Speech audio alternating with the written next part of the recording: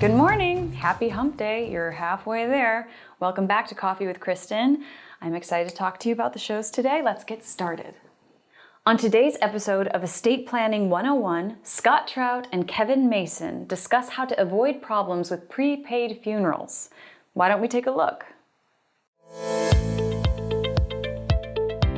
Briefly, an unusual topic, obviously, today, which is prepaid funeral plans.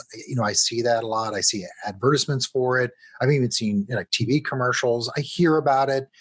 And honestly, I've never heard positives about it. I've only heard negatives. And sometimes I've seen lawsuits. I've heard people go to jail for it, fraud.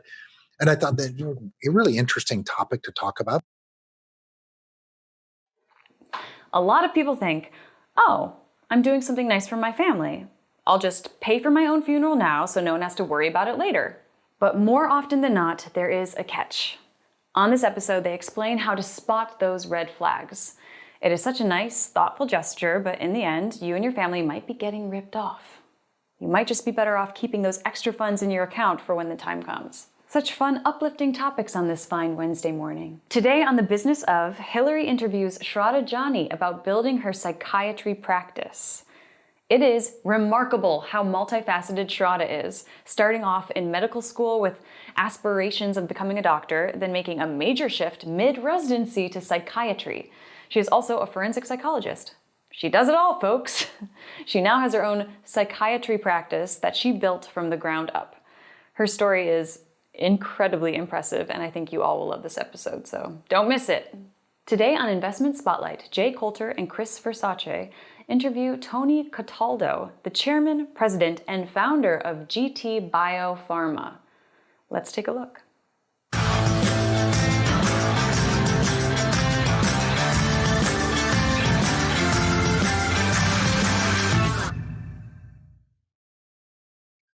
On this episode of the Investment Spotlight series, my partner Chris Versace and I interviewed Tony Cataldo, who is the chairman, president, and founder of GT Biopharma.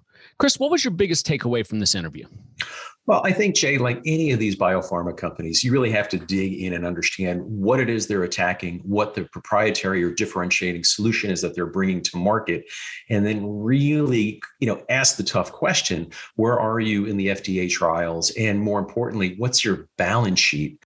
If you are an investor who is looking for a biotech company that is just starting out and going through its first stage of FDA submissions, this episode will be of interest to you. Of course, there are larger risks that come along with investing in these younger companies, but if you hang in there long enough to see that company become FDA approved, there could be a huge reward.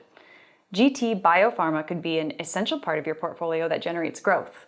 With potential growth, there's always risk, so do your research and work with your advisor to see if this would be a good fit for you. Thank you again for joining me on another episode of Coffee with Kristen. I am looking forward to sitting down and having another cup of coffee with you tomorrow morning. See you soon.